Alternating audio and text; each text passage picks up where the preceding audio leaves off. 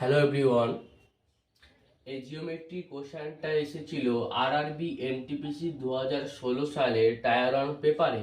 কোশ্চেনটা হলো a polygon has 9 sides, what is its interior angle. তো আমাদের এখানে কি গিভেন আছে, একটা পলিগন আছে এবং ওই পলিগনে 9টা বাহু আছে। তবে ওই পলিগনের প্রত্যেক ইন্টেরিয়র অ্যাঙ্গেলের ভ্যালু কত হবে সেটা আমাদের ফাইন্ড করতে বলেছে।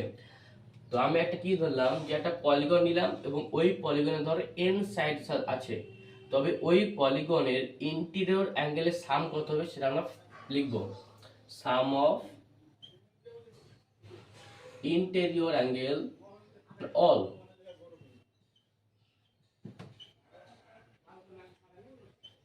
Angle of a polygon.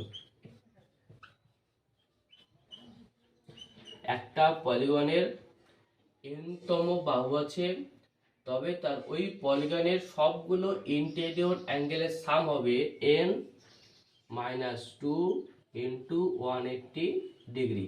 এনটা হচ্ছে নাম্বার অফ সাইডস। তো এখানে পলিগনটা কি হবে, রেগুলার, মানে প্রত্যেকটা ইন্টেরিয়র অ্যাঙ্গেল এবং প্রত্যেকটা বাহু হবে ইকুয়াল হবে, সমান হবে। তবে আমাদের কি বলেছিলাম, এনটা কি বাহু ছিল, তবে এনটা কি হবে, নাম্বার অফ অ্যাঙ্গেল। তো এন নাম্বার অফ ইন্টেরিয়র অ্যাঙ্গেলের সাম হচ্ছে n -2 ইন্টু 180। তবে ইচ ইন্টেরিয়র অ্যাঙ্গেল ভ্যালু কত হবে, তাহলে ইচ বা পার ইন্টেরিয়র অ্যাঙ্গেল ভ্যালু কত হবে, ইচ ইন্টেরিয়র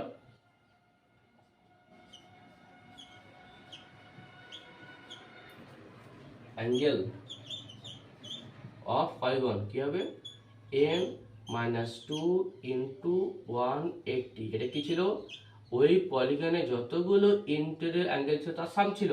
আমরা যদি পার ইন্টেরিয়র অ্যাঙ্গেল মানে একটা ইন্টেরিয়র অ্যাঙ্গেলের ভ্যালু যদি ফাইন্ড করতে চাই কি করবো আমরা, বাই n। ঠিক আছে, আমাদের গিভেন কি আছে এখানে, n ইকুয়াল টু 9। তবে ফর্মুলা বসে দিই, 9 -2 ইন্টু 180 বাই 9,